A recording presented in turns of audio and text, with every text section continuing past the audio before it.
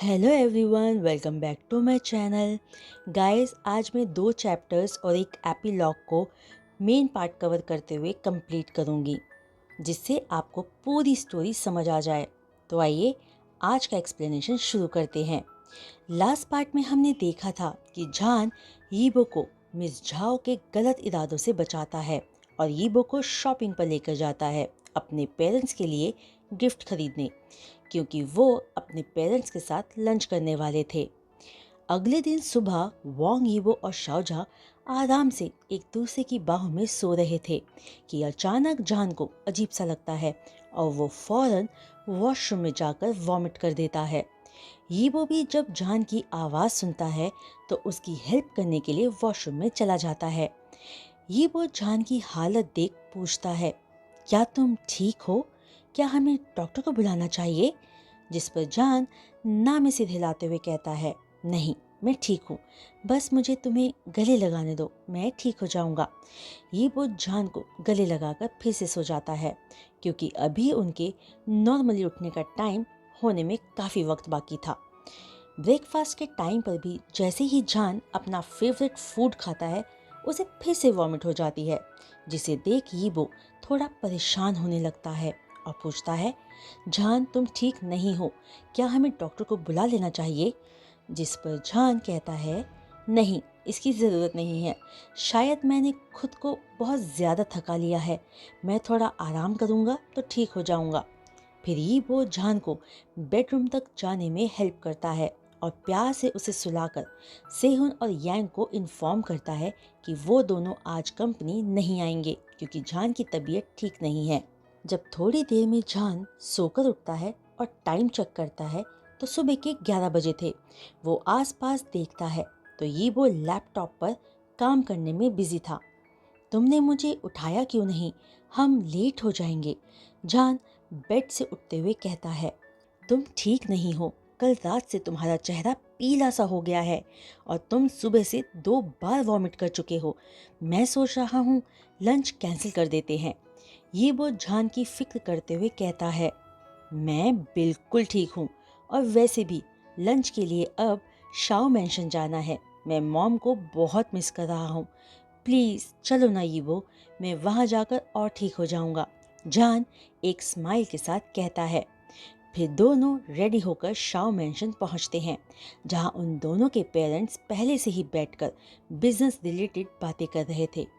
यीबो और जान अपने पेरेंट्स को ग्रीट करते हैं। फिर जान फौरन अपनी मॉम को गले लगाकर कहता है, मैंने आपको बहुत मिस किया था मॉम।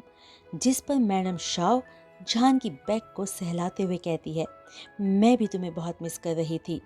फिर अपना हग ब्रेक करते हुए कहती है कि तुम इतने बीमार सी क्यों दिख रहे हो, क्या हुआ है तुम्हें? मैं बस थका हुआ सा फील कर रहा हूँ मॉम, जान जवाब देता है। फिर मिस्टर शाओ सबको लंच के लिए कहते हैं। सब डाइनिंग हॉल में डाइनिंग टेबल के अराउंड बैठकर बातें कर रहे होते हैं कि फिर से जान को वॉमिट सेंसेशन फील होती है और वो वॉशरूम की तरफ भाग जाता है। ये वो जो जान की कंडीशन जानता था उसके पीछे जाता है जान की हेल्प करने के लिए। जब वो दोनों वापस डाइनिंग टेबल के पास आकर बैठते हैं, मैडम शाओ कंसर्न होकर पूछती है, क्या हुआ है जान? जिस पर ये वो जान की कंडीशन सबको बता देता है। मिसेस वॉन्ग ये सुनकर पूछती हैं, जान क्या तुम प्रेग्नेंट हो? ये सुनकर सब हैरानी से जान की तरफ देखने लगते हैं। तभी ये वो कहता है, नहीं, ये प्रेग्नेंट नहीं है। तुम्हें कैसे पता कि ये प्रेग्नेंट नहीं है? तुम्हें क्या पता है प्रेगनेंसी के बारे में? मैं सही कह रही हूँ ना मैडम शाओ? आप क्या कहती हैं? मिसेस वोंग यीबो और मैडम शाओ की तरफ देखते हुए कहती है, जिसे सुनकर यीबो चुप था, क्योंकि उसे सच में प्रेगनेंसी के बारे में कुछ भी नहीं पता था। हाँ, ऐसा हो सकता है, लेकिन हम गलत भी हो सकते हैं, मैडम शाओ जान की तरफ देखते हुए कहती है, जो एम्बैरेसमेंट की वजह से नीचे की तरफ देख रहा था। मुझे लगता है मुझे फूड पॉइजनिंग हुई है और कुछ नहीं, जान अपनी एम्बैरेसमेंट कम करने की कोशिश करते हुए कहता है, लेकिन मन ही मन में वो सोचता है कि वो शायद प्रेग्नेंट भी हो सकता है, क्योंकि उन्होंने एक बार भी कोई भी प्रोटेक्शन यूज़ नहीं किया था। लेकिन तुम्हें एक बार हमारे फैमिली गायनोकोलॉजिस्ट को दिखा देना चाहिए, मिस्टर शाओ जान की फिक्र करते हुए कहते हैं, जिस पर जान हाँ में सिर हिलाते हुए ठीक है डैड कहता है। हम लंच के बाद वहाँ चले जाएंगे, यीबो कहता है। फिर सब लंच करने लगते हैं। लंच अच्छे से कंप्लीट होने के बाद वो दोनों अपने पेरेंट्स को गुड बाय कहकर सीधे हॉस्पिटल आ जाते हैं और जान के regular family gynaecologist doctor John से केबिन में मिलते हैं। डॉक्टर जॉन जान के तब से फैमिली गायनोकोलॉजिस्ट हैं जब से उन्होंने जान की स्पेशल कंडीशन का पता लगाया था कि वो एक वूम के साथ पैदा हुआ है। वो मेल प्रेगनेंसी के स्पेशलिस्ट हैं और हर 3 महीनों में उनके पास अपने रेगुलर चेकअप के लिए जान आया करता था, जब भी वो चाइना में होते थे, क्योंकि वो अमेरिका से चाइना हर 3 मंथ्स में आते थे। यीबो और जान डॉक्टर को ग्रीट करते हैं। डॉक्टर जॉन कंसर्न होकर पूछते हैं, जांजा तुम्हारी अपॉइंटमेंट तो अगले हफ्ते की थी, तुम इतनी जल्दी क्यों आए? एक्चुअली मेरी तबीयत ठीक नहीं लग रही, मुझे सुबह से 3 बार वॉमिट हो चुकी है और मैं बहुत थका हुआ सा भी फील कर रहा हूँ। जान डॉक्टर को सब बातें बताता है, जिसे जानने के बाद डॉक्टर जॉन जान के कुछ टेस्ट करवाते हैं और कंफर्म करते हुए कहते हैं, कॉन्ग्रेचुलेशंस जान, तुम 3 मंथ्स प्रेग्नेंट हो, वो भी ट्विंस के साथ। ये सुनते ही यीबो और जान एक साथ कहते हैं, ट्विंस? यस मिस्टर वोंग यीबो, आप ट्विन बेबीज के फादर बनने जा रहे हैं, डॉक्टर जॉन कहते हैं। जान एक ब्राइट स्माइल के साथ डॉक्टर को थैंक्स कहता है, जिस पर डॉक्टर भी एक स्माइल के साथ कहते हैं, थैंक्स कहने की कोई ज़रूरत नहीं है जान, मैं ये अपनी ड्यूटी कर रहा हूँ और तुम्हारे लिए भी बहुत खुश हूँ।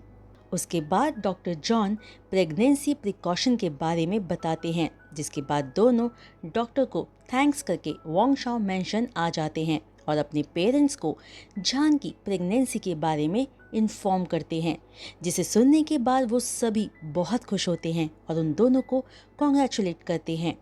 यीबो ऑलरेडी जान का ख्याल रखने लगा था और जान भी यीबो की एक्साइटमेंट देखकर बहुत खुश था। अब जान की प्रेगनेंसी को 6 मंथ्स हो चुके थे जब से उन्हें जान की प्रेगनेंसी का पता चला था, यानी अब जान 9 मंथ्स प्रेग्नेंट था। इस बीच यीबो ने जान की हर एक चीज़ का ख्याल रखा था। यीबो ने जान को कंपनी जाने से भी मना किया था, लेकिन जान ने यीबो की बात नहीं मानी और शाओ कॉरपोरेशन जाना तब तक जारी रखा जब तक उसका बेबी बम्प दिखने नहीं लग गया। मैडम शाओ और मिसेस वोंग का भी जान को लेकर एक छोटा सा आर्ग्यूमेंट हुआ था, क्योंकि मैडम शाओ जान को उसकी डिलीवरी तक अपने पास रखना चाहती थी और उसे बेबीज का ख्याल कैसे रखना होगा ये सिखाना चाहती थी। वही मिसेस वोंग भी जान का पूरा ध्यान रखना चाहती थी, लेकिन जान ने उनके साथ जाने से मना कर दिया था, क्योंकि यीबो जान का ध्यान रखना चाहता था। जब यीबो बिजनेस टूर पे गया था तो जान कुछ टाइम शाओ मैंशन और कुछ टाइम वोंग मैंशन में रहा था, पर ज़्यादातर वो यीबो की फैमिली के साथ ही रहता था। यीबो ने जान की प्रेगनेंसी मूड स्विंग्स को भी बहुत झेला था, क्योंकि अगर यीबो घर देर से आता था तो जान समझने लगता था कि ज़रूर यीबो क्लब गया होगा और किसी लड़की के साथ मस्ती कर रहा होगा। वो यीबो के घर आने पर कहने लगता था कि अब वो अगली दिखने लगा है, इसलिए यीबो उसे प्यार नहीं करता। जान बस हर पल यीबो को अपने साथ चाहता था। यीबो ने इन सब चीज़ों को बहुत अच्छे से हैंडल किया था। जान की प्रेगनेंसी के लास्ट वीक में यीबो जान के साथ ही रहता था कि एक सुबह जान को लेबर पेन शुरू होता है, तो यीबो जान को हॉस्पिटल लेकर जाते समय अपने पेरेंट्स को भी इन्फॉर्म कर देता है। यीबो ऑपरेशन रूम के बाहर परेशान टहले जा रहा था, क्योंकि ऑपरेशन को ऑलरेडी 2 घंटे होने वाले थे। वो जान और बेबी की सेफ्टी के लिए डरा हुआ था। वहाँ सब यीबो को काम डाउन करने की कोशिश करते हैं कि तभी डॉक्टर जॉन ऑपरेशन रूम से बाहर आते हैं, तो यीबो भागकर उनके पास जाकर पूछता है, डॉक्टर जान कैसा है, वो ठीक है ना? आप फिक्र मत करो, वो बिल्कुल ठीक है, एंड कॉन्ग्रेचुलेशंस, आप 2 बेबी बॉयज़ के फादर बन गए हैं और बेबीज बिल्कुल हेल्दी हैं। डॉक्टर जॉन यीबो से कहते हैं। यीबो अपनी गीली आंखों से डॉक्टर को थैंक्स कहता है। सभी एक दूसरे को कॉन्ग्रेचुलेट करते हैं कि तभी 2 नर्सेज बेबीज को लेकर बाहर आती हैं। मिसिज वोंग और मैडम शाओ बेबीज को लेने के लिए जैसे ही आगे बढ़ती हैं, यीबो फौरन उनको रोकते हुए खुद बेबीज को लेने लगता है और कहता है, मेरे से पहले कोई मेरे बेबीज को नहीं उठाएगा, मैं सबसे पहले इन्हें अपने गोद में लूँगा। फिर वहीं रखी एक चेयर पर बैठकर अपनी मॉम से उसकी हेल्प करने को कहता है। यीबो की इस हरकत को देख सभी वहाँ हंसने लगते हैं और बेबीज को यीबो की गोद में दे देते हैं। यीबो अपने बेबीज को देखकर इमोशनल हो जाता है और रोने लगता है। फिर बारी बारी से सब बेबीज को कैरी करते हैं। जान को वीआईपी रूम में शिफ्ट करने के बाद यीबो वहीं रुकने का कहते हुए सबको थोड़ा सा रेस्ट करने के लिए भेज देता है। जान जब होश में आने लगता है तो वो अपनी आंखों को रूम की रोशनी में एडजस्ट करते हुए अपने आसपास देखता है कि तभी उसे यीबो दिखता है। वो अपने सामने यीबो को देखकर सबसे पहले बेबीज के बारे में पूछता है और उठकर बैठने की कोशिश करता है। यीबो जान की हेल्प करते हुए कहता है, हमारे बेबीज बिल्कुल ठीक हैं और हेल्दी हैं। तुमने मुझे बहुत ही प्यारे और हैंडसम बेटे दिए हैं। ये कहते हुए यीबो जान के फोरहेड पर किस करता है। बेटे? जान हैरानी से पूछता है। दरअसल जान ने बेबी जेंडर रिवील करने के लिए डॉक्टर को मना कर दिया था, इसलिए बेबीज का जेंडर उनके लिए एक सरप्राइज था। यीबो जान की गोद में बेबीज को देता है। बेबीज जैसे ही जान की गोद में आते हैं, वो अपनी आंखें हल्की सी खोलकर एक स्माइल करते हैं, मानो वो जान को पहचान गए हों कि वो उनकी मॉम है। जान बेबीज के फोरहेड पर किस करते हुए यीबो से पूछता है, क्या तुमने बेबीज का नाम सोचा? नहीं, मैं तुम्हारे साथ इनका नाम रखना चाहता था। यीबो मुस्कुराते हुए कहता है, अच्छा तो हम बड़े का नाम यी जान रखेंगे। और जान आगे जैसे ही कुछ कहने वाला था, यीबो एक्साइटेडली कहता है, और छोटे का यीशाओ। अरे ये तो बहुत प्यारे नाम हैं। मिसिस वोंग मिस्टर वोंग और मिस्टर एंड मिसिस शाओ के साथ रूम में एंटर करते हुए कहती है। मैडम शाओ सीधे जान के पास जाकर उसके फोरहेड पर किस करती है और एक स्माइल के साथ उसे देखती है। तो अब से इनका नाम शाओ यी जान और शाओ यी शाओ होगा, मिस्टर शाओ प्राउडली कहते हैं। नहीं, इनका नाम वोंग यी जान और वोंग यी शाओ होगा, मिस्टर वोंग मिस्टर शाओ की बात के ऊपर अपनी बात रखते हुए कहते हैं। हे, मेरे बेटे ने इनको जन्म दिया है तो ये मेरा सरनेम कैरी करेंगे, मिस्टर शाओ कहते हैं। तो क्या हुआ, ये मेरे बेटे की वजह से हुए हैं तो ये मेरा सरनेम कैरी करेंगे, मिस्टर वोंग स्ट्रांगली कहते हैं। थोड़ी ही देर में दोनों बच्चों को अपनी अपनी कंपनी का सक्सेसर बनाने के लिए आर्ग्यूमेंट शुरू कर देते हैं, जिसे यीबो और जान हेल्पलेसली देख रहे होते हैं और सोचते हैं कि ये दोनों ही बच्चों की तरह लड़ रहे हैं। वहीं मैडम शाओ और मिसिस वोंग इरिटेट होने लगती है। मैडम शाओ का मन तो उनके सर पर एक एक हाथ मारने का कर रहा था कि तभी वो कहती है, oh please you old man, इन सब के बारे में हम बाद में सोचेंगे, अभी जान को रेस्ट करने दो। मैडम शाओ की ये बात सुनकर मिस्टर वोंग और मिसिस शाओ अपनी आर्ग्यूमेंट रोककर मैडम शाओ की तरफ डिसबिलीफ से देखते हैं कि क्या अभी मैडम शाओ ने उन दोनों को ओल्ड मैन कहा है। कि तभी अचानक मिसिस वोंग एक आइडिया के साथ कहती हैं, ये ट्विंस हैं तो एक का सरनेम वोंग और दूसरे का शाओ रख सकते हैं। जिसे सुनकर जान कहता है, बेबीज अलग अलग सरनेम्स कैरी नहीं करेंगे, ये अच्छा नहीं लगेगा। सभी जान की तरफ देखने लगते हैं। तभी यीबो भी कहता है, मैं जान की बात से सहमत हूँ, बेबीज एक ही सरनेम यूज़ करेंगे। इनका पूरा नाम होगा वोंग शाओ यी जान और वोंग शाओ यी शाओ। जिसे सुनकर जान के फेस पर एक बड़ी सी स्माइल आ जाती है। हाँ, और यी जान वोंग कॉर्पोरेशन और ये शाओ शाओ कॉरपोरेशन के सक्सेसर बनेंगे। जान मुस्कुराते हुए कहता है, ये बिल्कुल सही है और मुझे लगता है इस बात से किसी को प्रॉब्लम भी नहीं होगी और ना ही कोई इन बच्चों को अलग तरह से ट्रीट करेगा। मैडम शाओ अपने सन और सन इन लॉ दोनों पर प्राउड फील करते हुए कहती है, ये दोनों ही हमारे ग्रैंड चिल्ड्रन हैं, तो हम इनको एक जैसा ही ट्रीट करेंगे। मिसिस वोंग हंसते हुए कहती है। ये सभी जैसे ही उनको गुड बाय करके जाते हैं, जान एक राहत की सांस लेते हुए कहता है, थैंक गॉड यीबो कि हमारे ट्विंस हैं, वरना अभी यहीं इसी वक्त शाओ और वोंग कॉरपोरेशन के बीच थर्ड वर्ल्ड वॉर हो गई होती। फिर दोनों ये कहते हुए हंसने लगते हैं। यीबो बेबीज को पालने में सुलाकर जान के पास आकर लेट जाता है। वो जान की आंखों में देखते हुए कहता है, आई लव यू जान, और जान भी आई लव यू टू यीबो कहकर एक दूसरे को गले लगाकर एक दूसरे की बाहों में ही सो जाते हैं। यहाँ राइटर ने एक एपिलॉग भी लिखा है जहाँ यीबो और जान की लाइफ के कुछ साल पीसफुली बीत चुके हैं। उनकी लाइफ स्मूथ तो नहीं पर बहुत ही खुशियों से भरी हुई थी। वो अपने बच्चों के साथ बहुत खुश थे। इन कुछ सालों में उनकी लाइफ बहुत चेंज हो गई थी।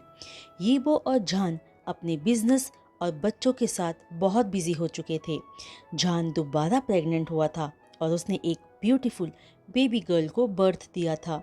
जब उनके ट्विंस 3 इयर्स के हुए थे तब उनकी बेबी गर्ल हुई थी, जिसका नाम उन्होंने वोंग शाओ जान यी रखा था। वो उनकी एक छोटी सी प्रिंसेस थी।